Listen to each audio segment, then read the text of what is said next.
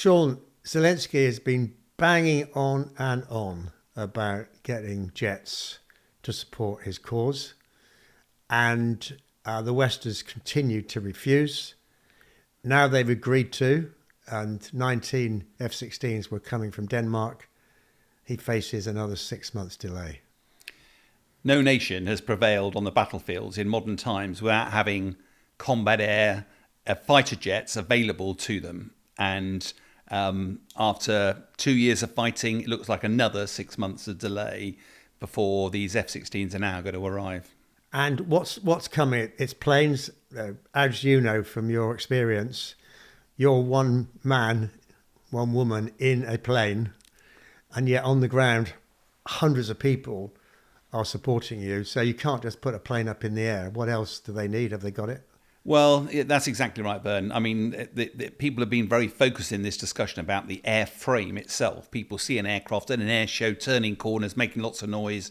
They see Top Gun and they think this is all about the aircraft itself. It's not. To keep one aircraft in the sky, obviously you need the pilot in there, but you need maintainers, you need ground crew, you need armourers, logistics support, spares support, weapons.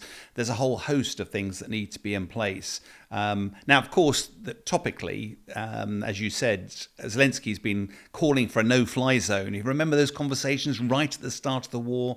Because President Zelensky doesn't have fighter jets. He has a few, but not anything that can remotely provide a no-fly zone over Ukraine. But the West said, no, Ukraine is not a member of NATO. The West was not prepared to put combatants in because they would, to impose a no-fly zone, they'd have had to take on the Russians because the Russians would not have given up without a fight, and that would have ended up with an air combat between the West and Russia. That's something that the West was keen to avoid. But, you know, the conversation about helping Ukraine with its own F-16s, because rather than use their air force using former Soviet Union kit, which is old, not particularly effective, and certainly not as good as what Russia has. So this advent of the conversation about F-16s arriving looked like a great white hope for helping Ukraine turn the corner. And yet, now we hear the Danish F-16s, the first are due to arrive. 6 were due to arrive at New Year, have been delayed by 6 months. But let's unpick that slightly because it sounds awful. But the point is, first of all, why is this delay? I understand that the Danish were getting the Joint Strike Fighter, the next generation of fighter, to replace the F-16, but delays from Lockheed Martin of the deliveries of those aircraft mean that Denmark wouldn't have a fighter, therefore it can't give up its F-16s until these replacement jets arrive. And secondly, will this actually affect the day that Ukraine can launch its own combat capability? Almost certainly not, actually, because all of these other lines of development, getting the spare support, the weapons and everything in place. And we've reported before, because the pilot training, the US is doing some pilot training for F-16s for, I think, 6 pilots over there. The UK has been doing some pilot training, certainly early language training, and also there's pilot training happening in Europe. All of that will take quite some time to get to the point where all of these strands come together and Ukraine can finally have a combat air capability. But when we talked about this before, it's almost felt like we need this today because it'll be the turning point in the war. But when do you think this is going to arrive? When do we think Ukraine will have a combat air capability? Have you On its own? Yeah. When do you think that's going to happen? Yeah, you're asking me. Yeah, because the general public out there will probably think they're waiting in the very near term. I don't think that's the case at all. Well, I know from my experience, you'll know a lot more.